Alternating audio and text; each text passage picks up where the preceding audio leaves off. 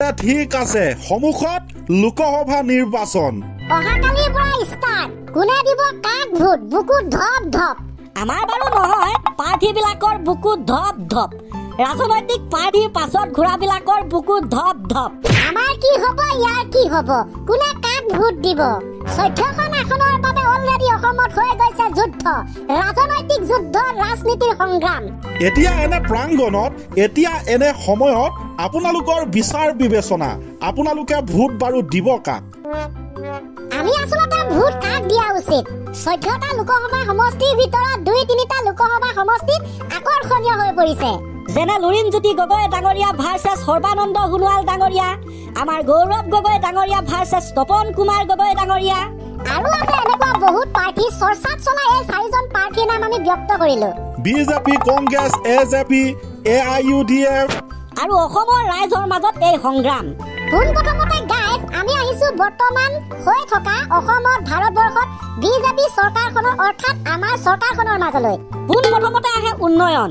বৰ্তমান চৰকাৰে উন্নয়ন কৰা নাই বুলি আমি কেতিয়াও ক'ব নোৱাৰো।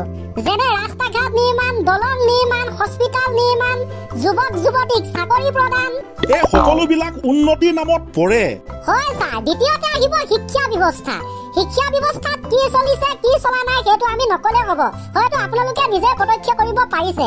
এতিয়া আহিব মেইন কথাটো, চৰকাৰ গঠন কৰিছে যেতিয়া উন্নয়নটো কৰিবই লাগিব।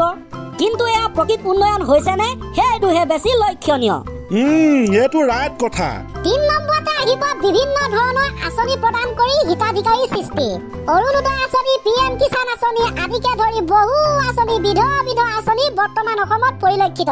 চৰকাৰে হয়তো ভাবিছে আঁচনি প্ৰদান কৰি সকলোৰে বাবে ভাল কাম কৰিছে। চৰকাৰৰ এনে কাৰ্যত সন্তুষ্ট হৈ অসমৰ ৰাইজেও বাহ কৰি হাত তালি মাৰিছে। কিন্তু কোনোবাই ভাবিছেনে চৰকাৰে হাজাৰ হাজাৰ কোটি টকা ধাৰ লৈ হিতাধিকাৰী সৃষ্টি কৰি কেৱল ভোট বেংকৰ বাবে আঁচনি প্ৰদান কৰি হিতাধিকাৰী সৃষ্টি কৰাটো কিমান লক্ষণীয়, কিমান প্ৰাসংগিক? Yes!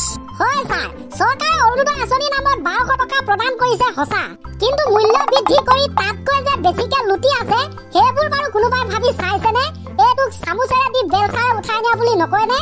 বৰ্তমান নিৰ্বাচনৰ সময়, সেইবাবে হয়তো গেছ চিলিণ্ডাৰৰ দামটো অলপ কমিছে, কিন্তু হ'ল সিদিনা আপোনালোকে দেখিছিলে কেইমাহ মানৰ আগতে চিলিণ্ডাৰৰ দাম 1200-1300 হৈ পৰিছিলে।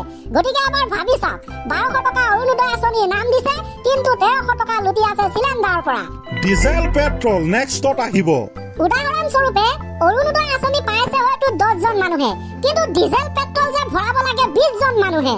আৰু ডিজেল পেট্ৰলৰ দামটো আপোনালোকে নকলে হ'ব, বাঢ়ি গৈয়ে থাকে। এই যে বাঢ়ি গৈ আছে, সেইটো সমগ্ৰ অসমৰ ৰাইজে ভুগিব লগা হৈছে। আজি আপোনাৰ গাড়ী নাই, মোৰ গাড়ী নাই, সেইবাবে আমি ডিজেল পেট্ৰল ভৰোৱা নাই, কিন্তু গাড়ী চালক আমি কৰবাত